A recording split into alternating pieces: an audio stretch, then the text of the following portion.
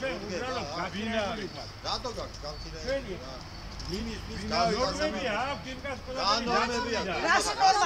რომელი ნორმები? მოვიდეს მაჩვენოს არა, მე არ ვიცია. ვინც არის უბრალოდ მე ეზოს ვინა ბატონმა არის მე რაფერი არ ვიცი.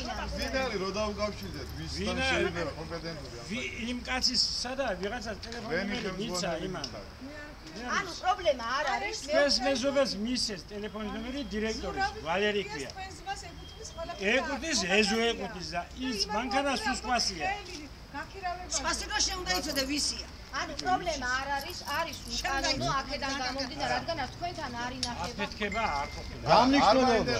შეიძლება კატასტროფა მოხდარიყო და ზუსტად პარასკევ დილით 1 მაისს დაახლოებით 7 საათი და 25 წუთზე მოხდა აფეთქების ხმა გაისმა, ძლავრი აფეთქება იყო.